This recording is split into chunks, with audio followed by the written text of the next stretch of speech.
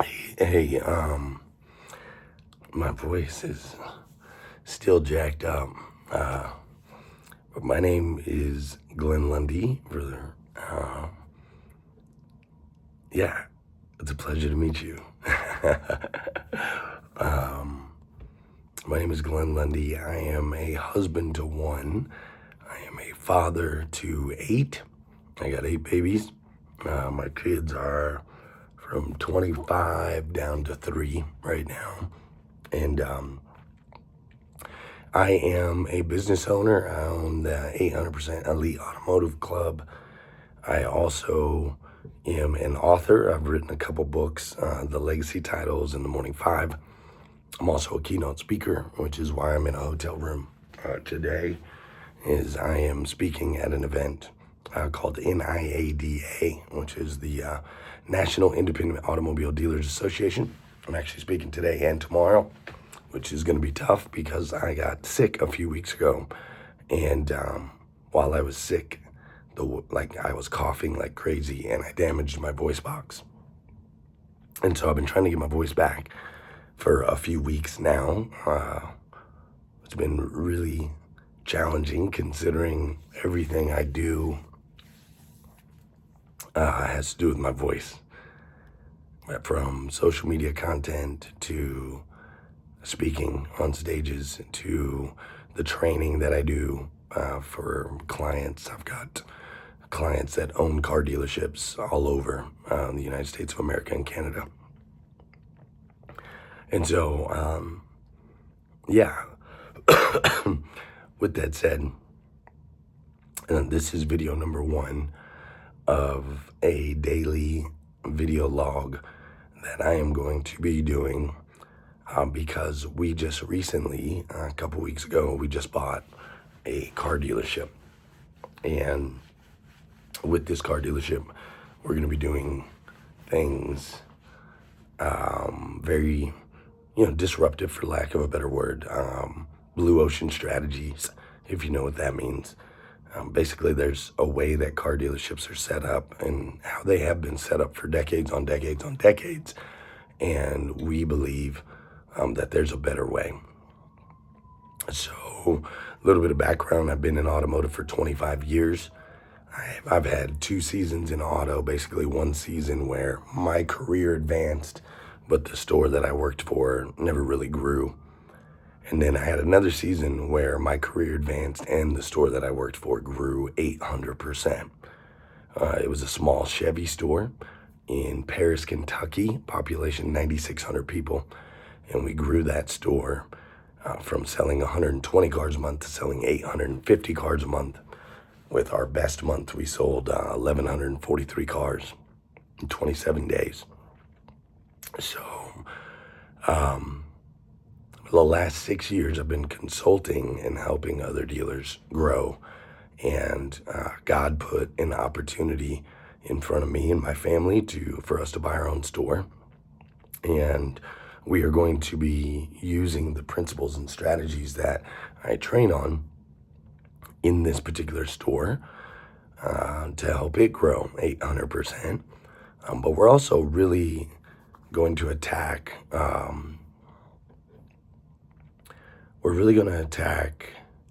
a lot of the beliefs around how a business should operate and how a business should run. I feel like in this day and age, we have a lot of systems that are antiquated and a lot of belief systems that don't necessarily serve the employees. They might serve the business owner, but they don't necessarily serve the employees. And so we're going to be doing things a lot different. And I think it's going to be interesting. I think it's going to be challenging. There are beliefs that I have and visions that I have that are not proven concepts. There are a lot of people and a lot of historical stuff that says what we're trying to do is not going to work.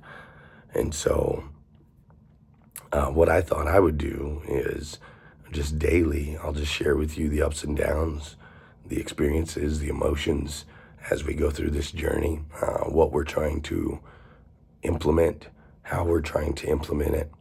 And you could just come on this journey with me. Maybe this whole thing's for me. And so like kind of like a therapist, right? Where you can talk through the things. But my hope is you can learn some things along the way as well, and maybe start to look at your business, or start to look at, your employment and so on and so forth. Maybe start to look at it just a little bit differently. I've reached a season in my life where I'm starting to question everything, right? Everything that I was taught when I was young, everything that I was told was true. I'm starting to question all those things. And my guess is if you're following this channel, you probably are too. So I'm just, I don't know how long each video is going to be. I don't know what journey we're going to go on. Sometimes I'll be set up like this where I'm just sitting in a hotel room. Other times I might be at home. Other times we might be in the dealership. Other times we might be in the car. I don't know. We're just gonna roll. That's beeping at me. Hold on.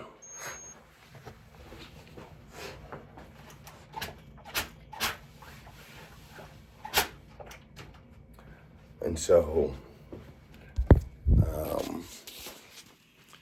to give you an idea of what's going on, where we're at right now, you should be able to hear me okay. I hope. I know my voice is super loud. But to give you an idea of what's going on and where we're at right now,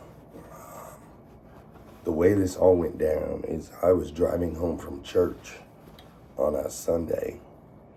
And as I was driving home from church, I happened to notice that there was a local dealership. In this dealership, like all the cars were gone. Like usually they had a bunch of used cars on their lot, but all the cars were gone. They weren't on the lot anymore. So I was like, man, I wonder what's going on with that. And I happened to notice the name of the dealership was associated with a dealer group that one of my clients in the 800% Club, which is my consulting company, one of my clients was a part of that dealer group. And so I just thought, hey man, I'll just give him a call. This cord's not long enough. Let me move this over here. So I just thought, hey, I'll give him a call and just see what's going on with this dealership, right? Like I was just kind of curious. And so I called him, and he informed me that the owners of the dealership group had decided to go their separate ways. And so they were splitting up all their stores. They had like 24 stores or something. And they were splitting up all their stores. And so in the process, one owner was taking, some of the stores, the other owner was taking some other stores. And apparently with this particular store, neither one of them really wanted to take it, just because of where it was locationally and so on and so forth. And so they weren't really sure what they were going to do with it. And so they had pulled all the cars off the lot, and they had one guy in there that was kind of watching, house sitting. But they weren't sure. They were thinking maybe they were going to turn it into a classic car store, or they just weren't really sure who was going to take it, so on and so forth. And so I was like, well, it happens to be just a couple miles from my office where I'm at now. And being just a couple miles from the office, I'd be interested in putting a team in there and operating it. But there's things that I would need, to be able to do that. So normally when it comes to a used car dealership, normally when you first open it, it can take years to get banks to arrange financing for people, to get what they call floor plan, which is basically a credit line so you can buy cars and then you don't have to pay for them until you sell them. And so it usually takes like years to get those things. And that's not something I was interested in. Like, I wasn't interested in, dinking and diving, selling 5, 10 cars and trying to put money together to, to be able to buy more cars. And, I wasn't interested in that. But what I was interested in is, since this dealership group already had resources, things like floor plan and capital and credit lines and banks, since they already had those things, I thought, man, this could be a good partnership. Whereas if they could bring those things to the table, then I could bring in the team and we could operate it. And so, I was like, hey, talk to your guy, let's set up a meeting and figure out if we can put something together. So, and I gotta tell you, man, God is good, dude. God is good, because like a week or two later, we had a meeting. And by the end of that meeting, we had put together a deal. It was crazy, man.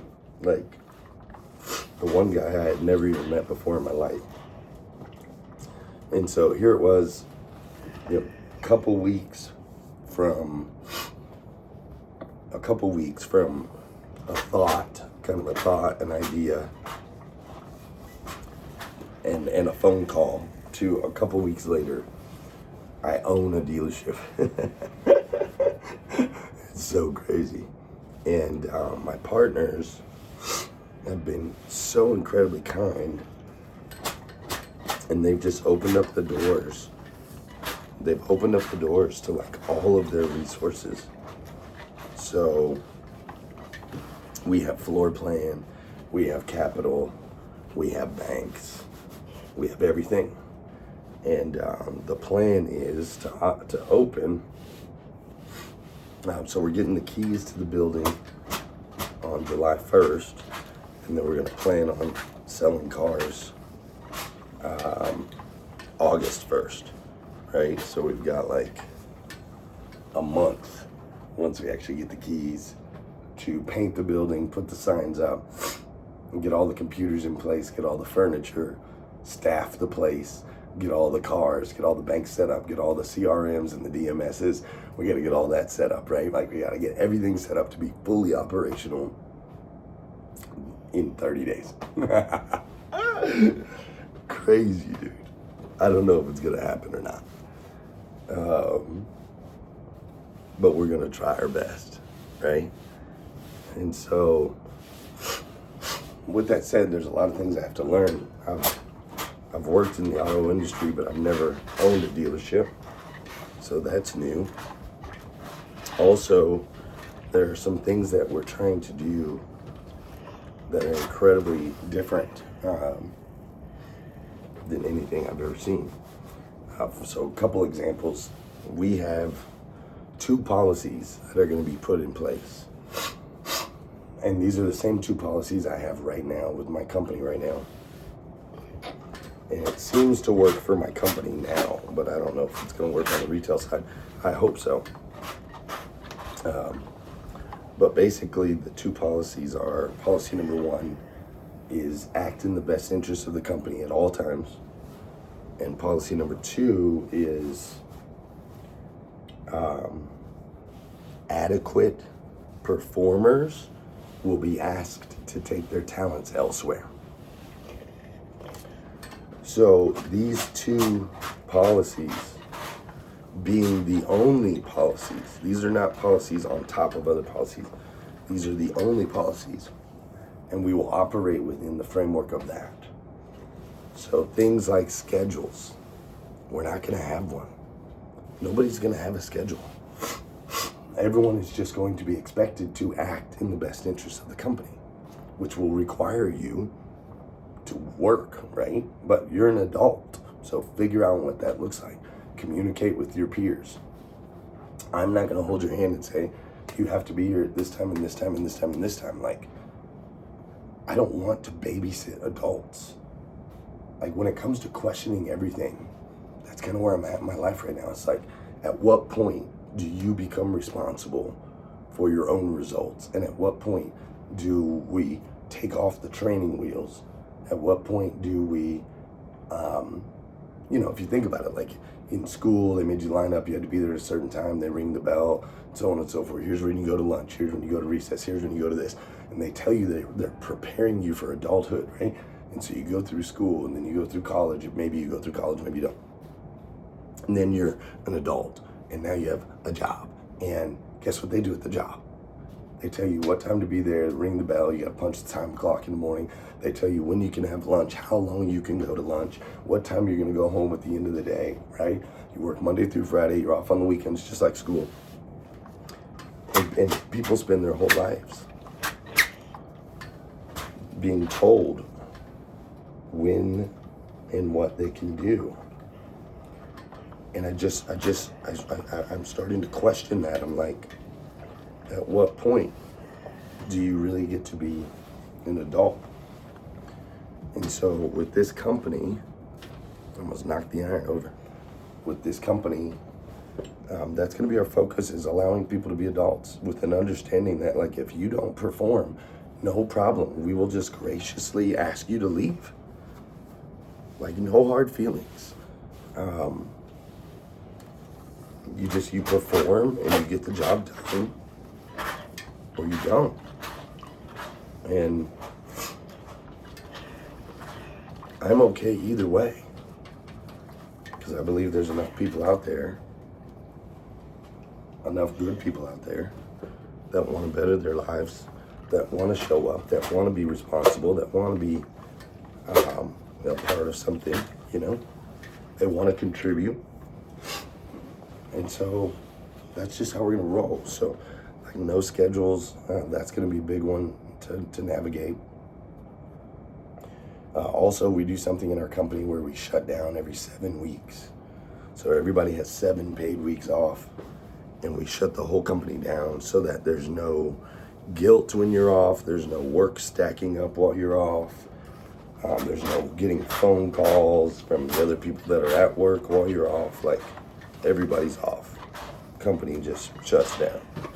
So we've been doing that for 2 years at my current company, and it works fairly well. I think sometimes my expectations are a little bit higher than others, but it works fairly well. And so we're going to do that in this dealership. I've also come to understand that in today's day and age, it's not about advertising, it's about attention. If you can get enough attention, your business will be successful, no matter what business it is, because volume solves everything. So if you have 1,000 people paying attention, that's one thing. If you have 10,000 people paying attention, that's another thing. If you have 100,000 people paying attention, that's another thing. And if you have millions of people paying attention, that's a whole nother thing, right? So I don't need, and with this company, we're not going to run like traditional advertising. We're not going to be running like, hey, come buy this car. We're just not going to do it. Instead, we're going to create content that draws attention and eyeballs. We're going to focus on building a community around this dealership. And my guess is, if you're a part of the community, when it's time and you want to buy a car, my guess is you'll come buy it from us, right? Like, people want to buy and do business with people they know and that they love and that they respect and that they trust and that they appreciate. Everybody needs a car. Everybody needs a car at some point or another. Everybody buys a car. So traditional advertising is like trying to find the people that are in the market for a car right now, which is about 2% of the market, or 2% of people are in the market right now. So traditional advertising is trying to find and fight over the 2% of people that are in the market right now and get them to raise their hand. Whereas what I think and what I believe is that what we need to do is just make sure that we're adding value to the marketplace, that we are making people laugh, that we are making people cry in a good way, that we are motivating people, that we are educating people, that we are inspiring people, and ultimately we're building a relationship and a community with people. And if we do that, even though 98% of those people that we're building a community with, even though they're not currently in the market for a vehicle, at some point they will be, right? At some point they will be. And if they're a part of a community, then when that day comes, I believe they'll do business with us. So we're going to be doing things like we're going to have a podcast studio in the dealership. We're going to be streaming 24-hour live streams in the dealership. So you'll be able to poke in anytime you want and just watch and see what all your favorite characters are doing. Our daily meetings will be live streamed out. Those will add tons of value. The training that we do, that'll be live streamed out. We're putting a barber shop in the car dealership. And the reason I'm doing that is a buddy of mine owns a little barber shop. He's got a big book of clients. And so I thought we could collaborate and he wouldn't have to pay rent and his clients could come get haircuts at our dealership, which creates more content, right, and attention. Because if you think about it, the barbershops where people talk about pop culture or musicians or did you see this trending video or whatever, right? People are talking about things that are going on in the barbershop. And so I figure if we capture that, that's relevant, real-time content.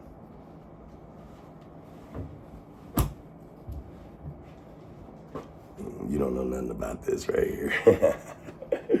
This is the Hex tie. This bad boy.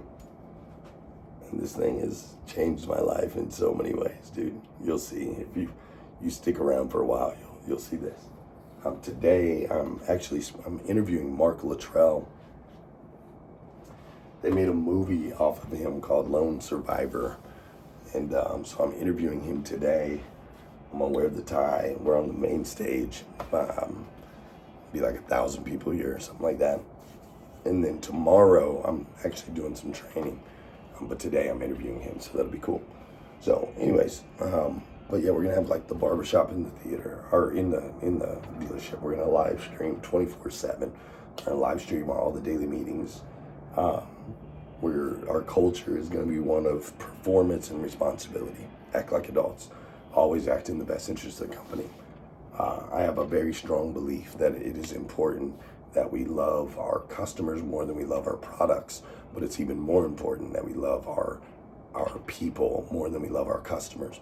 So instead of going with this traditional, the customer's always right, and we've got to do what's best for the customer. Instead, my philosophy is going to be, let's do what's best for our employees, and if we do that, they'll take care of the customers. So a little bit different way of doing things. Right now, I feel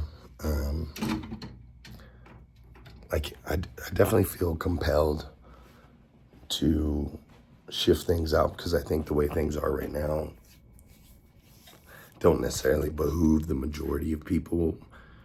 And if we can just get people to start just asking questions, right? Just starting to question everything. Why do I do things the way that I do? Is this the best way to do these things?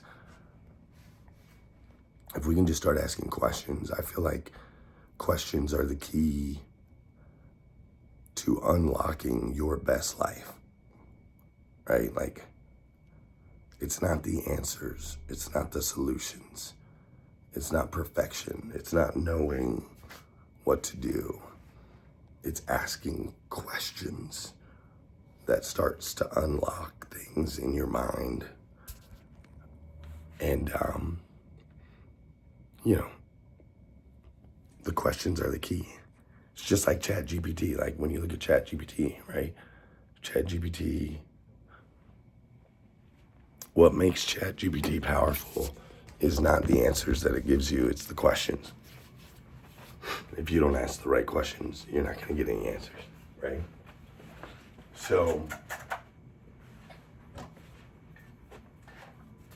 it's a little, it's kind of overwhelming because everything's different. There's no roadmap for this. Nobody can show me how to do this. Also, it's important to keep in mind, just so you know, I own and run a training and consulting company. That hasn't changed. So I am putting people in the store, and it's their responsibility to operate the store. I'm not going to be operating the store. I'm not going to be in the store every day. Like, I'm not doing that. I believe that if we create this leadership development academy, that's kind of how my mind sees it. It's a leadership development academy, and we let these people go in and they can grow and develop as better leaders and operators and those types of things.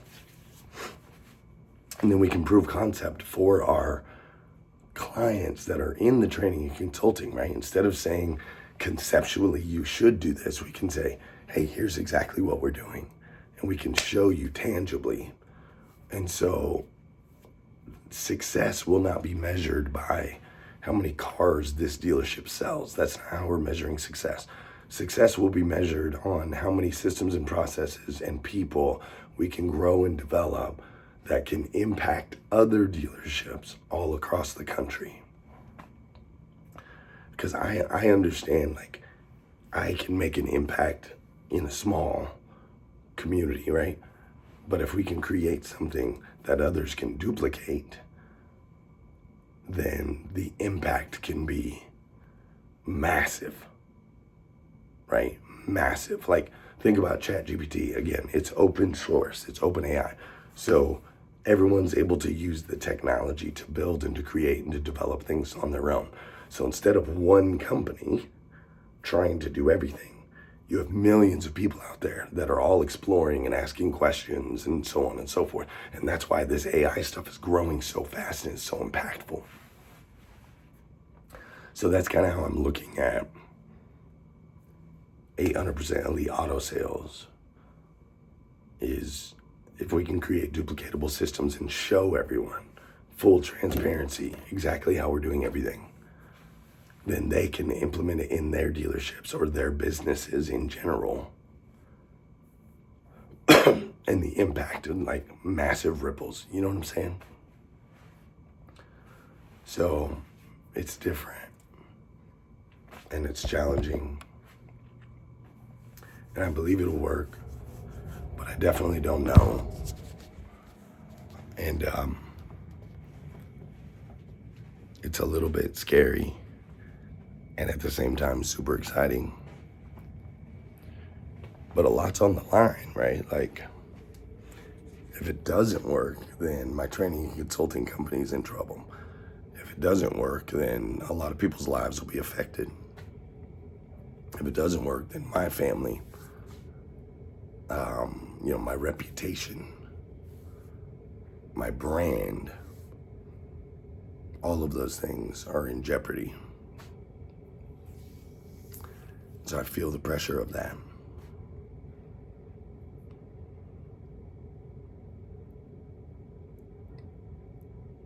But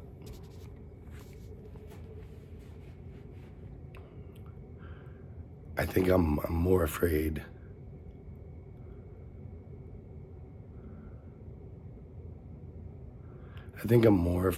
of not chasing after these ideas and concepts that God has put on my heart and my mind.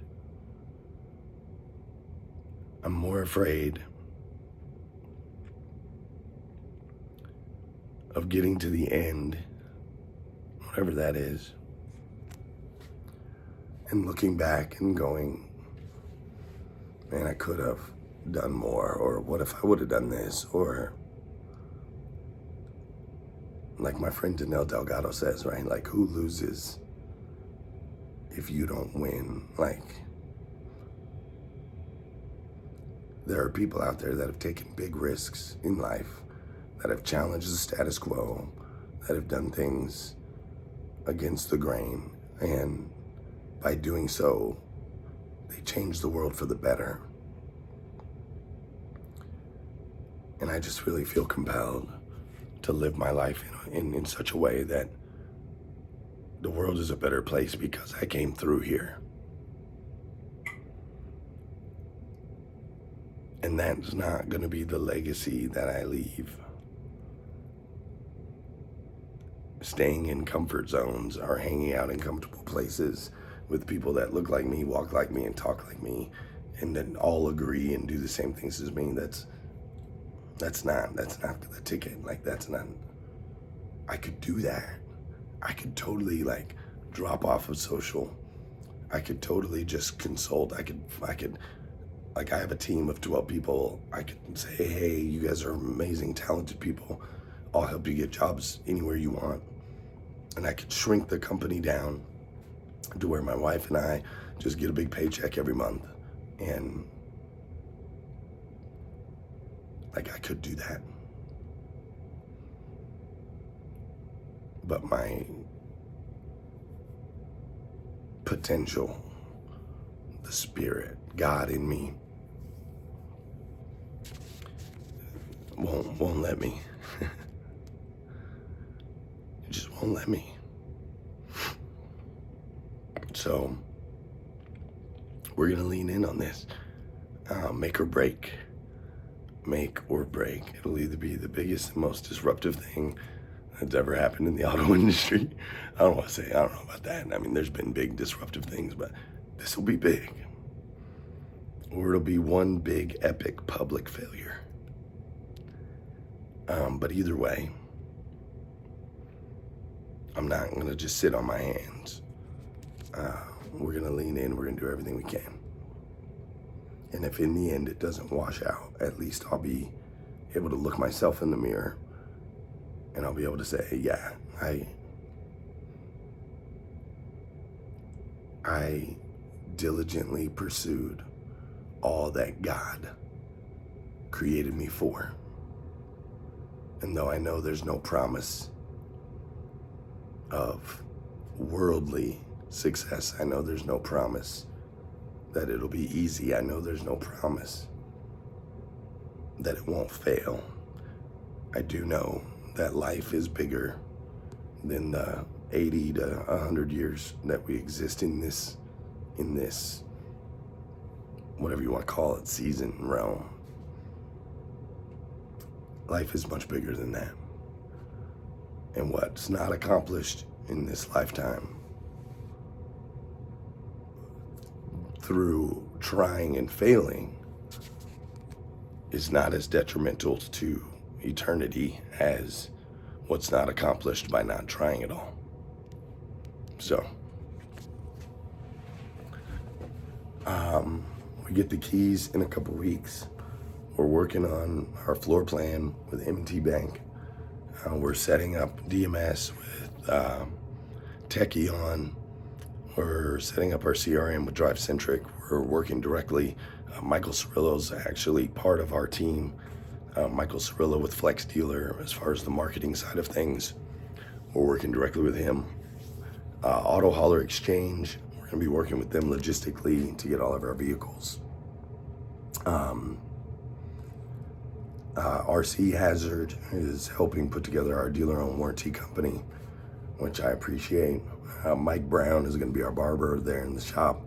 I'm working with Stephanie Guy also. We're trying to put together a program where we're going to be able to give some scholarships to kids in exchange for letting them come to our Leadership Development Academy and play roles in our dealership. So, we pay for the kid to go to school, and that kid gets to come and do media if they're a media person, or turn wrenches if they're a technical person, or buy cars for us if they're like logistically or mathematically inclined, that kind of thing. So we're working on a lot of things. We got to get the building painted. YouTube page is up. Facebook page is up. We got to get our Instagram and our TikTok and our Twitter and our LinkedIn. Got to get those put together. Credit line is in place, but we don't have any like bank cards or anything like that yet. I've got a GM in place with Zach Banks. I've got a service manager in place with James Sims. I've got Melissa Stevens in place to run the BDC. And then we've got a bunch of people coming out of the woodworks because I just made an announcement yesterday on Facebook. So we got a bunch of people coming out of the woodworks to fill the slots. We're going to be hiring about 30 people total right out the gate. We got to get the parking lot sealed. We've got an air conditioning issue in the building that we got to get fixed. We got some tiles that we got to get replaced. We got to order computers and furniture and all that good stuff. So we have a laundry list of things to do. But all of that is like, we'll just get through it. We'll check it off one at a time. But conceptually, I don't know how it all comes together physically, but I do know conceptually what this is gonna look like, and it's gonna be a lot of work. And so, all right, I gotta I'm gonna go head over to the Wynn Casino where they're having the NIADA event and get some breakfast, probably get something warm on this throat, study Mark Luttrell a little bit more to make sure I can ask great questions. And that's it. I'll be back tomorrow. Video 1. Thanks for hanging with me. See ya.